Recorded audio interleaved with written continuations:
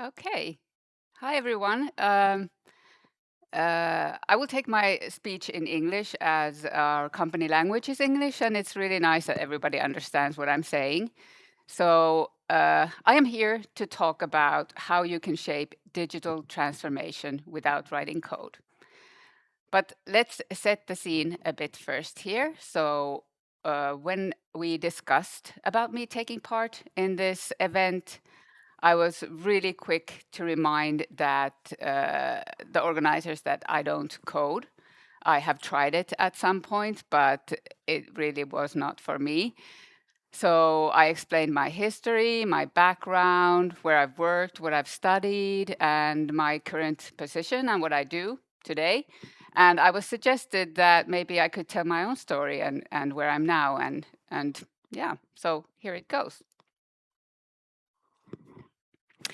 But first, a bit about me, or this is about me, but my name is Susanna Fräki.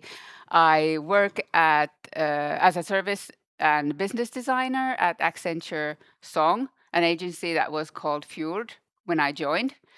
And here you can see some of my passions that I have in my life. I really love thrifting.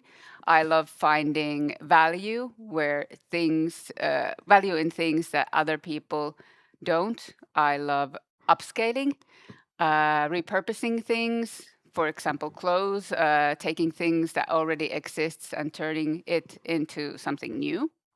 I also enjoy renovating my cottage, so taking on even the biggest challenges. It's really exciting to rebuild an existing structure, for example, ripping off the floor of a house and building it up again, making it better than it was before. So I'm really excited to prolong the life of an already 100-year-old house.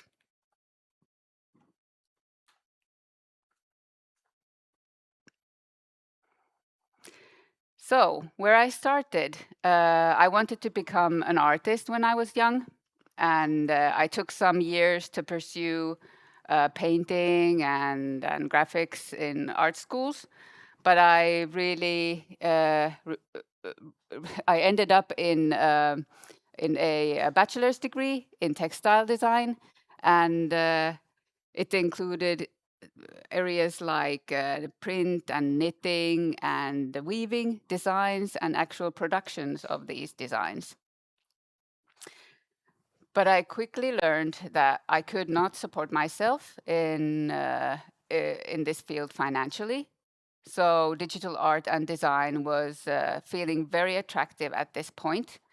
And it was the early days of Web 2.0, and everybody was transitioning into broadband internet. So I took another degree, and I took it in Denmark, and it was called multimedia design. And yes, at that point, everything was called multimedia a long time ago, which provided me myself actual skills to work as an UX and visual designer, or as an art director that we were all called at that point. It was quite crazy times. I worked a long time as a visual and UX designer in Helsinki and in Stockholm, and and after quite many years, I felt like I needed a change. And I found out that I had an urge to gather knowledge in sustainability as well. So I got another degree. And yes, I really love studying, as you have gathered already. So I got a master's degree in creative sustainability from Aalto University. And I took some years off from work to achieve that. And in my studies, I focused on circular economy and business design. And after this, I've been focusing more on the strategic side of the customer experience.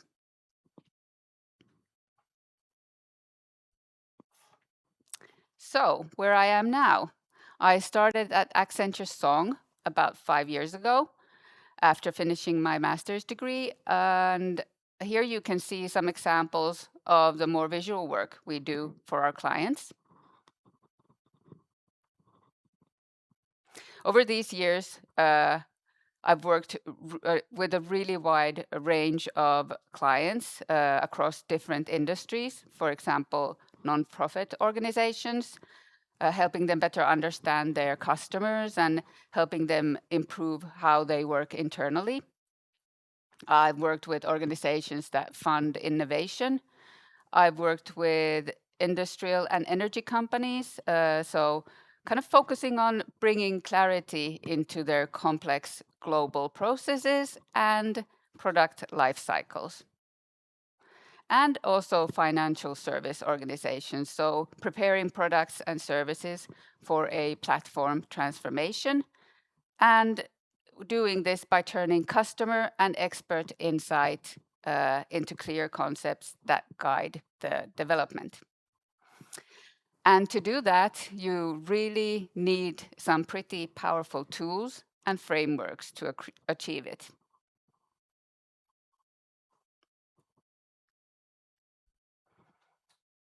I've realized that transformation doesn't really happen in a straight line.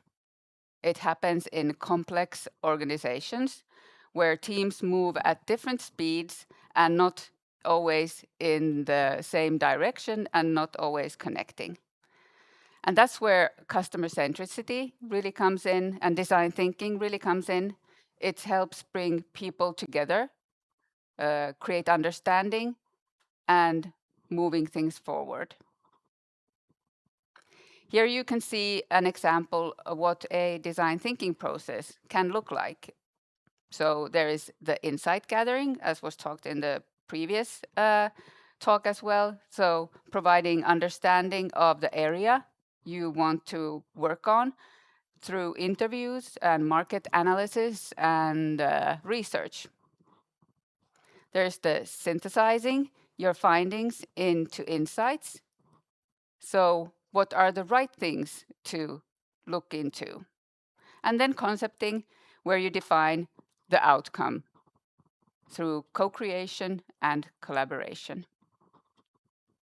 And then testing the concept with your customers or target group for validation.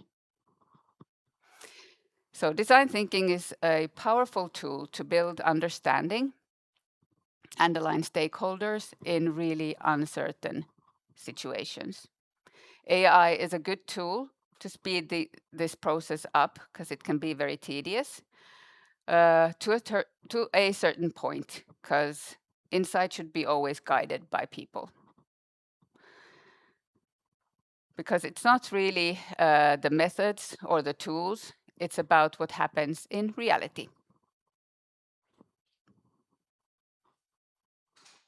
So let me tell you what it looks like in practice. Very often we're in a situation where different teams are working in the same organization. They think they're working towards the same goal, but in reality, they don't really know what the others are doing. And sometimes they don't even fully agree on the goal. And that's where our role comes in. We bring these different perspectives together, we make them visible, and we turn them into something concrete. And once that happens, something shifts. People start to move in the same direction. They build shared understanding, and decisions become much easier to make. And a big part of our work is also to share the knowledge across teams, making sure that it doesn't stay in one team. So spreading it across the organization. So in practice, it means that we talk to people and bring them together. We identify the key issues that need to be solved. We turn those key issues into concrete solutions. And then we package it in a way that others can actually build on it. Usually the outcomes are concepts that include defining the technical product, the target state services that make the product come to life, and the roadmap for technical implementation. And that's why change is really not about people. And a framework doesn't actually change an organization in its own, people do. And that sounds quite obvious, but in practice, it's where things often get stuck. Because people are the ones who create the change. They need to understand each other, they need to align, they need to be able to make big decisions together. So for example, what do we actually build on this new platform that we are creating?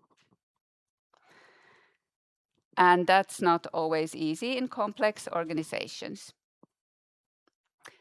That's why I've seen that design thinking gives us a way to do exactly that. It creates space for different perspectives to come together. It builds shared understanding, and it makes things more concrete. And that's where the real impact comes from, and we enable people to do together.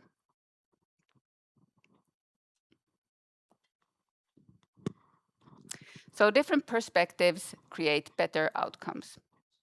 When we talk about transformation, you usually have a very different set of people in the room.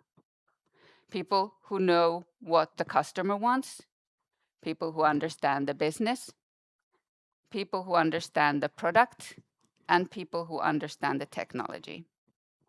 And that's where the challenge is. They don't really always speak the same language. They look at the same problem, but from really different angles. That's also where the value lies. Because the best decisions doesn't come from just one perspective. They come from bringing these different views together. And that when that starts to work, things become a lot clearer, decisions get easier, and teams can actually move forward. So as a closing thought, you don't really have to be a builder to build a platform to shape what it becomes. You just have to be a part of the conversations that define it. Thank you so much for your time.